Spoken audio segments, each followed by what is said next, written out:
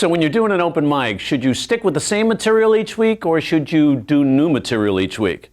That's the topic we'll be discussing on this episode of Ask the Joke Doctor.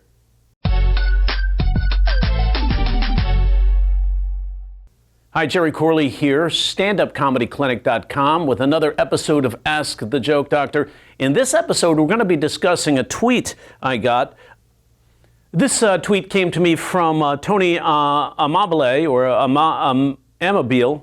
I'm not sure if I'm messing up your name, Tony, sorry. But he says, hey, Jerry, love the videos. I'm going to do my first open mic. Congratulations on that. And he has a question. How do you follow up at the next mic? Do you work the same jokes the next week, change venues, change up material at the same venue? Great question, Tony. And it's a question that a lot of comedians have when they start out. Here's what I would suggest. When you write that 5 minutes, I would get up and try that 5 minutes. Make sure you audio record, video, have somebody video you if possible on the iPhone or something, and then review that video. And keep the stuff that works, get rid of the stuff that doesn't, and keep growing that act each and every week. If you have funny material, the audience doesn't mind hearing it again. It's going to be a different audience. You'll have some of the same comedians out there, and if, in fact, the club owner is watching or the booker is watching, they'll hear the similar jokes again. But if those jokes are good, they don't mind hearing them again. People, sometimes I have comics say, well, my friends want me to do new material. It's not that before they come see me again, it's not that they want you to do new material. They want you to do material that's funny. Because think about it, when you've listened to albums or you've listened to videos or downloaded videos of your favorite comics or watched specials of your favorite comics, you don't just watch it once, you listen to it over and over again or repeatedly. You don't mind doing that if it's funny.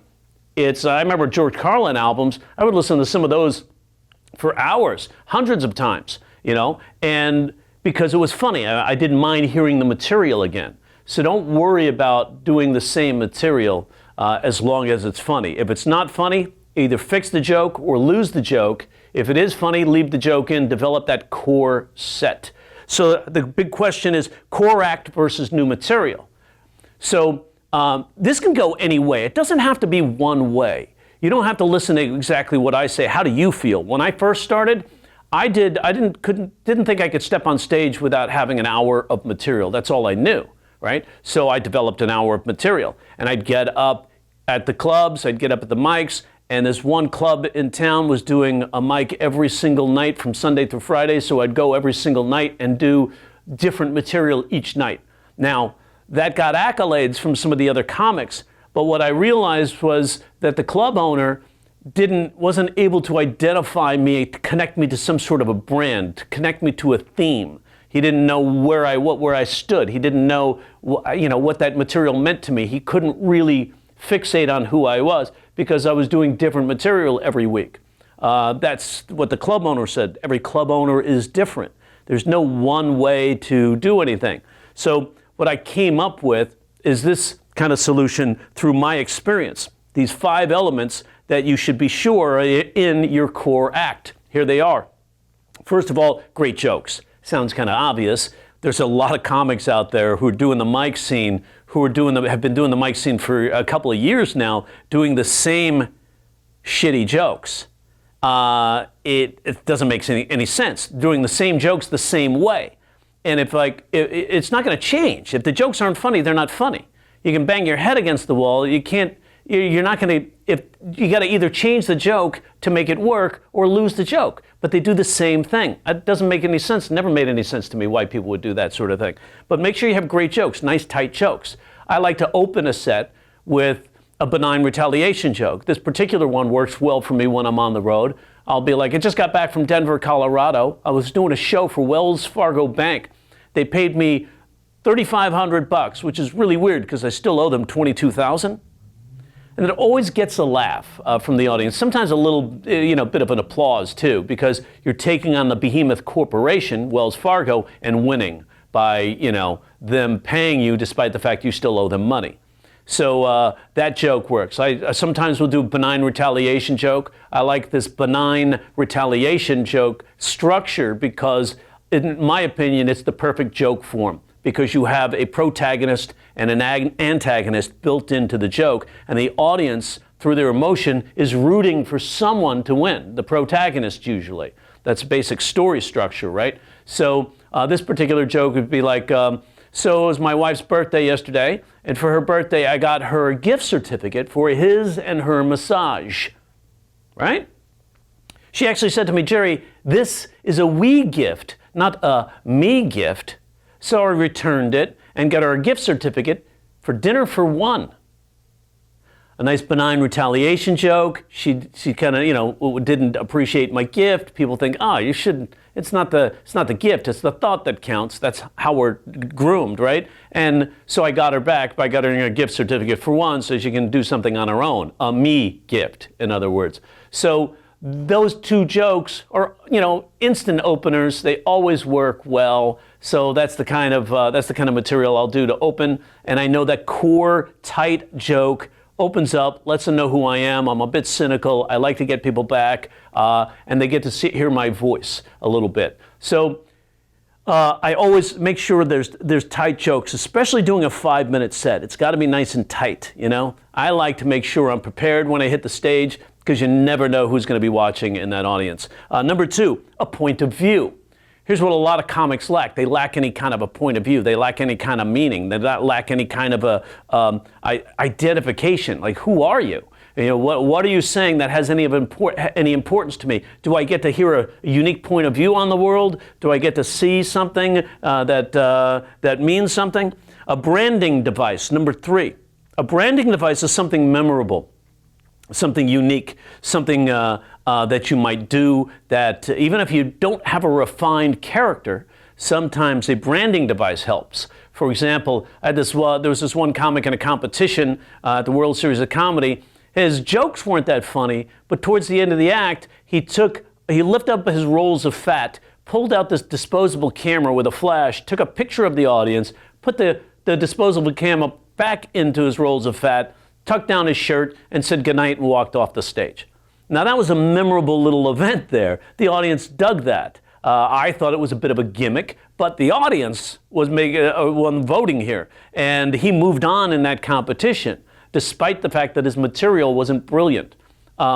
Preferably, I would like to have material over some sort of a device or a gag, but it still worked for him.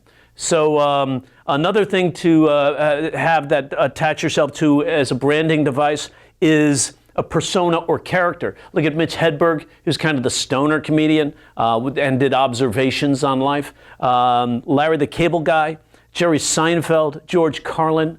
All these people have a unique point of view. Louis Black, Louis C.K., kind of a very unique persona about them. So Kevin Hart, he's kind of very energetic. Chris Rock, energetic guy, has a very pointed view on life. So he takes on the status quo. Bill Burr is the devil's advocate, always takes on the status quo and turns it around, shows his viewpoint on the status quo. So that's a bit of a character. And it's a strong, refined character, and it does make a difference at people remembering you and understanding where you're coming from. I mean, George Carlin used to open his act with, you ever realize that chicks who are against abortion are chicks you wouldn't want to fuck anyway? I mean, that's a powerful opening. The audience knows where you're coming from and who you are, and you just said the first joke. They're either going to choose to stay or choose to leave.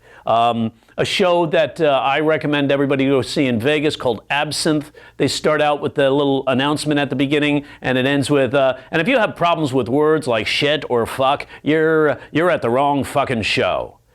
Right away, you know what you're getting yourself into by being at that show. So that's kind of a branding device. Again, this is number 3 in the core things that should belong in every act. Some level of profundity.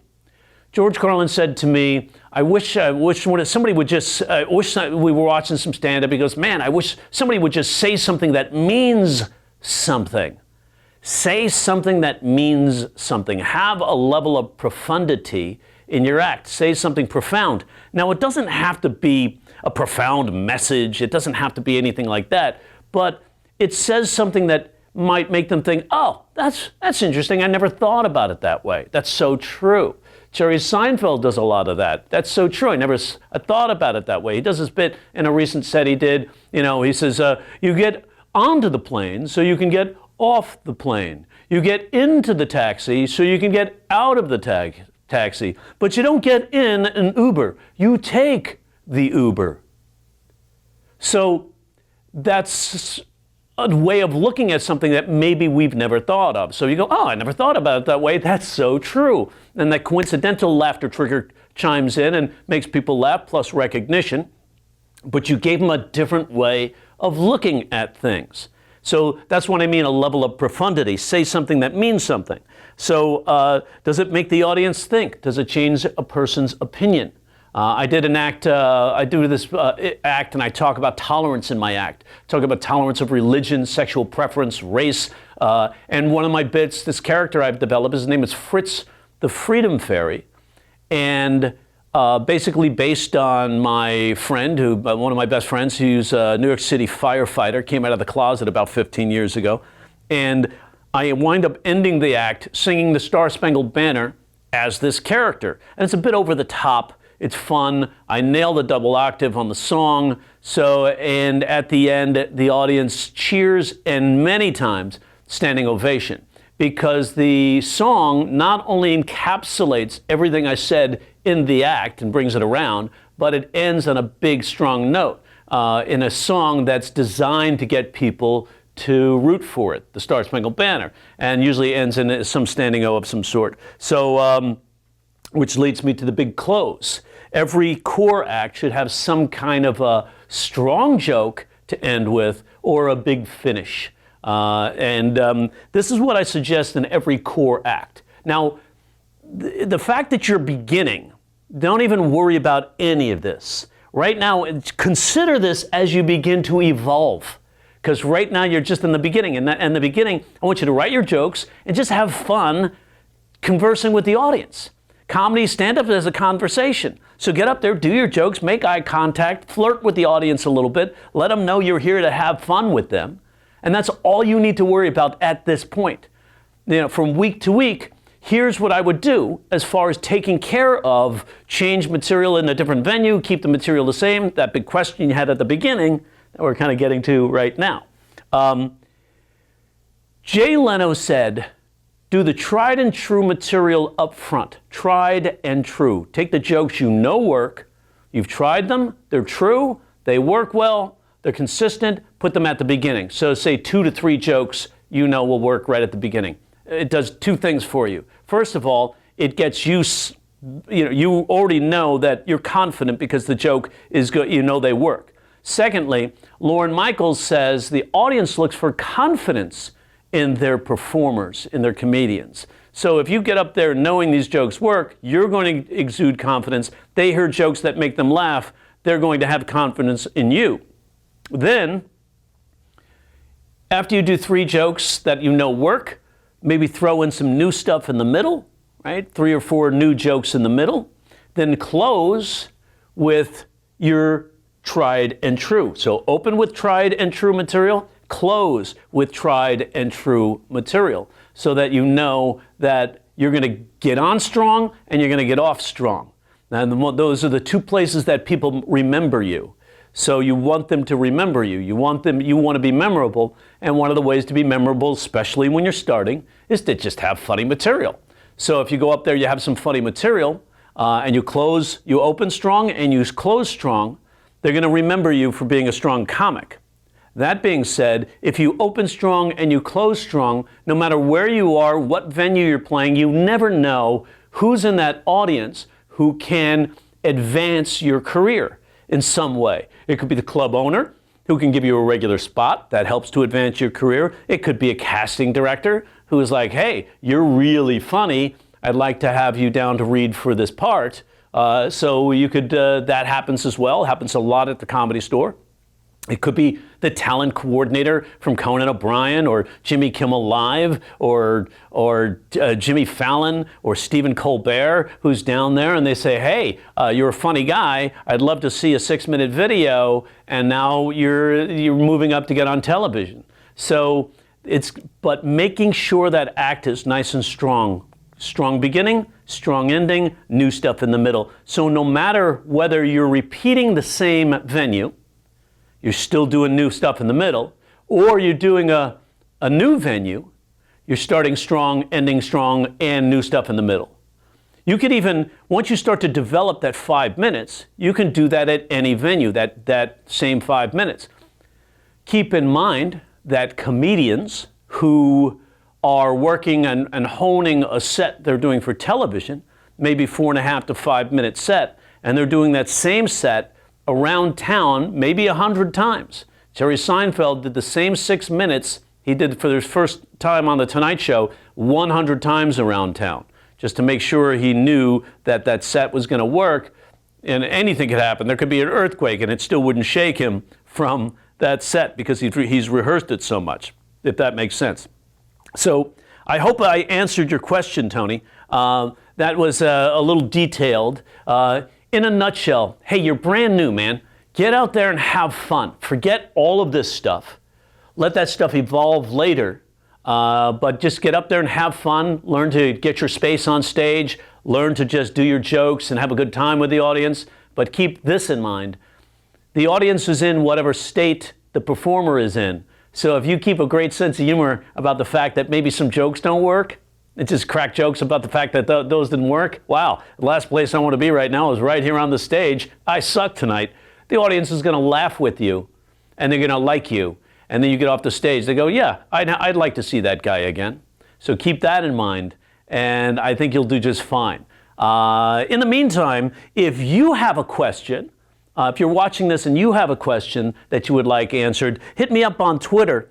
At Joke Doctor. That's my handle on Twitter, at Joke Doctor. And ask me the question. And if you have room, hashtag it with Ask the Joke Doctor. And I'll be happy to put a video just like this together for you and help answer your question. And if you like what you're seeing on this channel, please subscribe and go ahead and feel free to share a video with somebody you know that might gain some value from what you're learning in some of these videos. I love to do this. I love to help out comics. I've been doing this for 30 years. And any of the information based on my experience that I can impart on you and help you cut through that chaff a little faster is worth it to me. So take care. Thanks for tuning in. I'll see you again soon. Bye-bye.